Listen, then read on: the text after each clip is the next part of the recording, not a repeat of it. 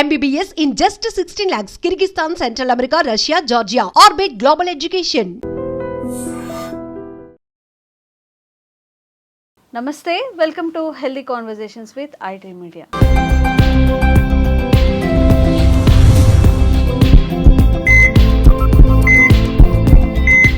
నేను మీ ఝాన్సీ. సో ఈరోజు మనతో ఉన్నారు డాక్టర్ భరద్వాజ్ గారు, పిడికస్ హాస్పిటల్ నుంచి.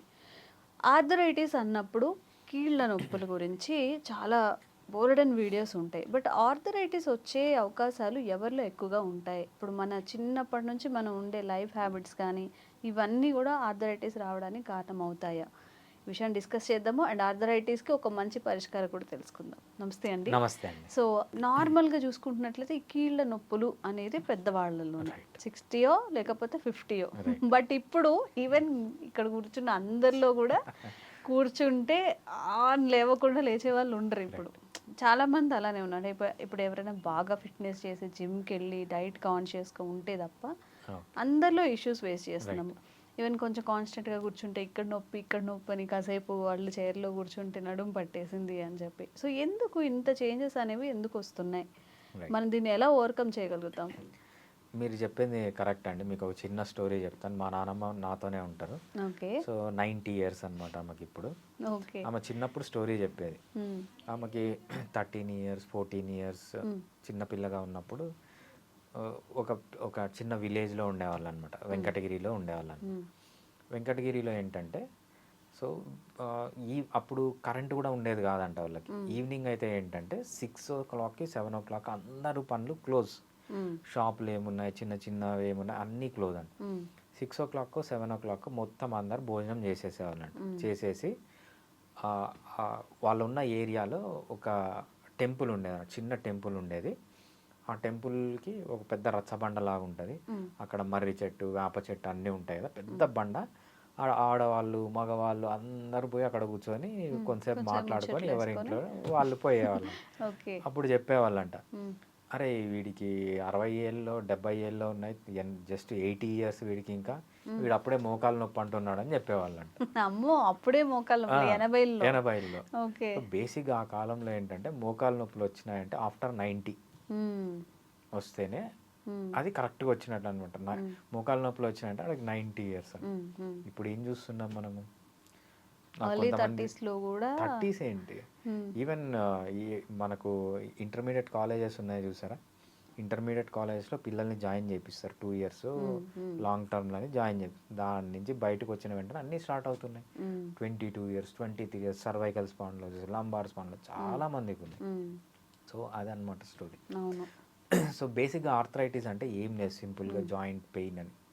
మీ జాయింట్స్లో నొప్పి వస్తే నెక్ పెయిన్ కానీ, లేకపోతే మోకాలు నొప్పి కానీ, యాంకిల్ పెయిన్ కానీ, హిప్ పెయిన్ కానీ, లో బ్యాక్ పెయిన్ కానీ, నెక్ పెయిన్, ఏ షోల్డర్ పెయిన్, ఏ పెయిన్ వచ్చినా, ఏ జాయింట్లో పెయిన్ వచ్చినా సింపుల్గా ఆర్థరైటిస్ అంటామన్నమాట.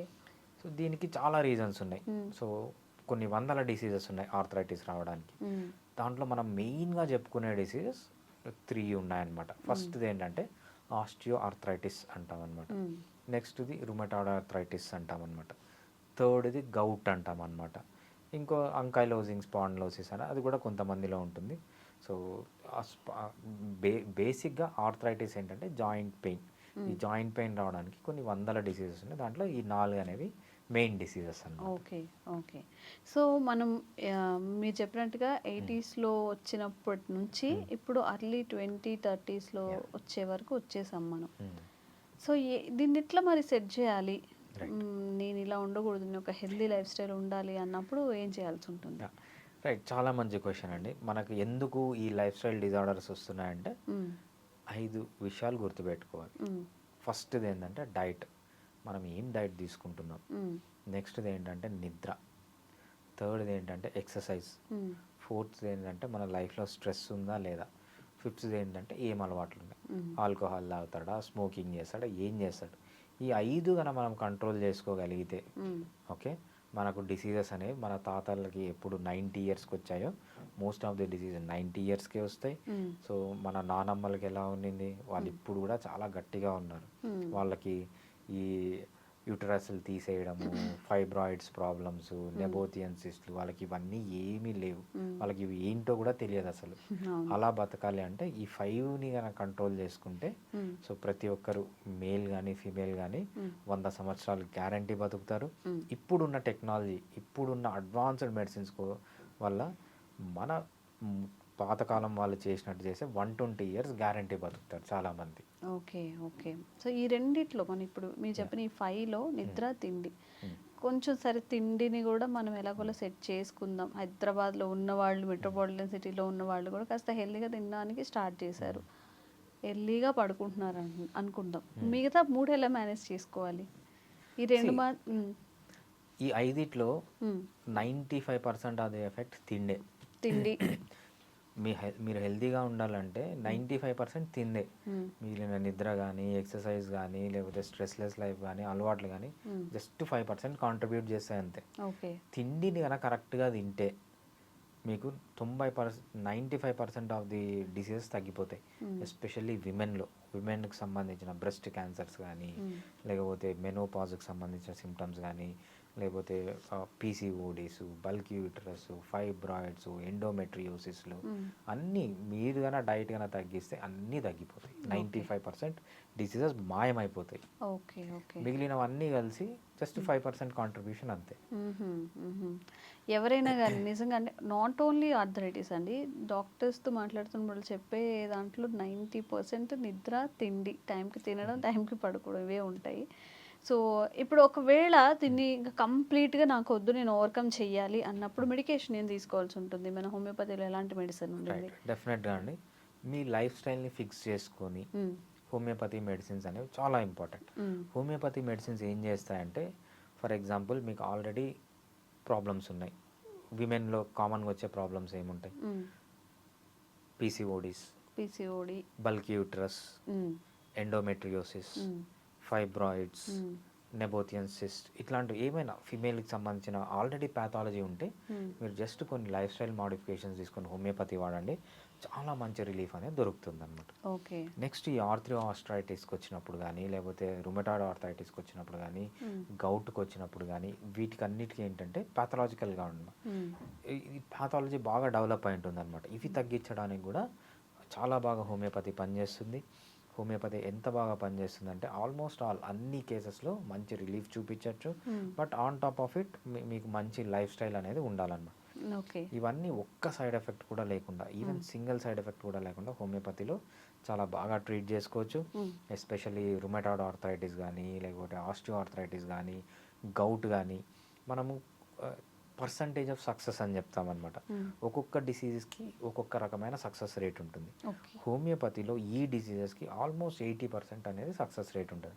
ఇంకా ఆస్టియో ఆర్థరైటిస్ అంటే ఇంతవరకు ఆస్టియో ఆర్థరైటిస్తో వచ్చిన పేషెంట్స్, మేబీ మీరు సర్వైకల్ స్పాండిలోసిస్ తీసుకోండి, లంబార్ స్పాండిలోసిస్ తీసుకోండి, ఏ పేషెంట్ నా దగ్గరకు వచ్చిన పేషెంట్ సర్జరీకి వెళ్ళలేదు. అది ఇంకా 4th స్టేజ్లోకి వెళ్ళిపోయి మనకు స్పైనల్ కార్డ్ పైన సివియర్ ప్రెషర్ పడితే తప్ప వేరే ఏ పేషెంట్స్ వెళ్ళలేదన్నమాట. రుమటాయిడ్ ఆర్థరైటిస్ కూడా అంతే. రుమటాయిడ్ ఆర్థరైటిస్ అనేది మనం ఆటో ఇమ్యూన్ డిజార్డర్ అంటాం. దీంట్లో కూడా పేషెంట్కి చాలా మంచి రిలీఫ్ వస్తుంది. స్టెరాయిడ్స్ వరకు పోకుండా మనము మోస్ట్ ఆఫ్ ది పేషెంట్స్ని కాపాడచ్చు. గౌట్లో కూడా అనమాట, గౌట్లో కూడా మెటబాలిక్ డిజార్డర్ అది. మంచిగా వాళ్ళ కొన్ని లైఫ్ స్టైల్ మోడిఫికేషన్స్ చేసుకొని హోమియోపతి తీసుకుంటే గౌట్కి సంబంధించిన సిమ్టమ్స్ కూడా బాగా తగ్గియచ్చు. అంతేకాకుండా నాకు కామన్గా వచ్చే కేసెస్ అంకైలోజింగ్ స్పాండిలోసిస్ అంటాం అనమాట. అంకైలోజింగ్ స్పాండిలోసిస్ అంటే ఎముకలన్నీ ఇట్లా మెర్జ్ అయిపోతాయి వాళ్ళకి. అంకైలోజింగ్ స్పాండిలోసిస్ కూడా మనం ఎప్పుడైతే కాన్స్టిట్యూషనల్ ట్రీట్మెంట్ ఇస్తామో హోమియోపతిలో మంచిగా ఎఫెక్ట్ అనేది ఉంటుంది, సిమ్టమ్స్ తగ్గుతాయి. సో వాళ్ళ లైఫ్ స్పాన్ అనేది మనము పెంచవచ్చు, అదే లైఫ్ క్వాలిటీ కూడా పెంచవచ్చు, ఎస్పెషల్లీ అంకైలోజింగ్ స్పాండిలోసిస్లో. ఓకే. సో మనకి తెలిసింది చాలా తక్కువ, తెలియాల్సింది తెలుసుకోవాల్సింది కూడా చాలా ఉంది. సో మీకు ఎవరికైనా కానీ రిలేటెడ్ ఇష్యూస్ ఉన్నప్పుడు కన్సల్టెంట్ డాక్టర్ని కన్సల్ట్ అయ్యి త్వరగా బయటపడే అవకాశం అయితే ఉంది. హోమియోపతిలో మంచి మెడిసిన్ ఉంది, తప్పకుండా హోమియోపతి మెడిసిన్ కూడా ట్రై చేస్తూ ఉండండి. సో ఇలాంటి అవేర్నెస్ కల్పించే వీడియోస్ భరద్వాజ్ సార్ త్రూ మేము కూడా చేస్తూనే ఉంటాము. Thank you so much. Thanks అండి. Sir, one life lesson what medicine has taught you. Whatever you can do without expecting.